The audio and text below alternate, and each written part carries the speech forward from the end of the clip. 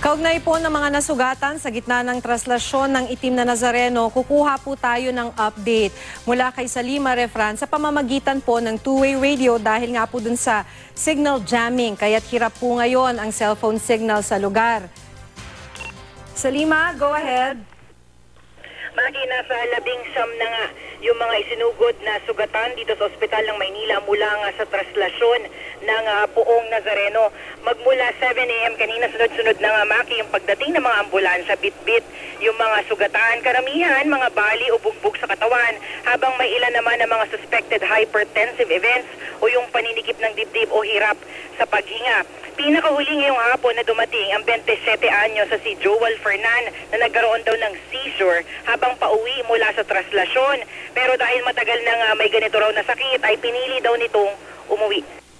Samantala, makinahulog naman sa andas sa may P. Burgos kanina ang 16 anyo sa si Veronica Ramos.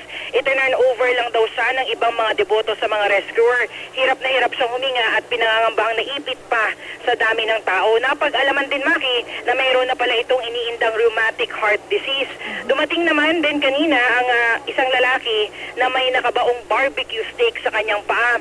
Si Reynan Francisco, nasa 2 inches na barbecue stick yung natanggal sa kanyang paa. Kanina umaga naman, Maki, pinangambahang mapuputol yung mga daliri sa paa ni Christian Niebres, 19 anyos, matapos maipit ang paa sa andas sa may Quirino Grandstand.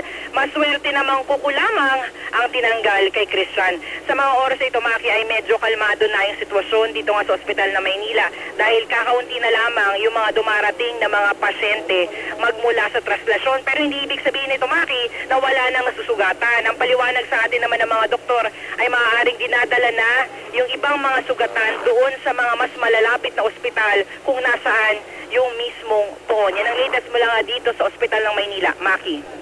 So, Salima, dun sa mga nakausap mo, no, dyan sa ospital, kung i-compare mo dun sa mga nakaraang taon, kumusta? Mas mababa ba? Mas mataas yung bilang ng may injuries?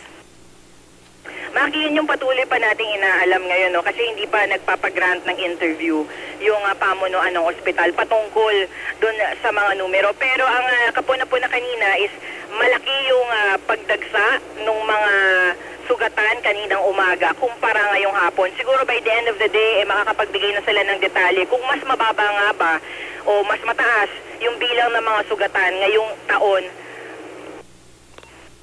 Okay, maraming salamat, Salima Refran.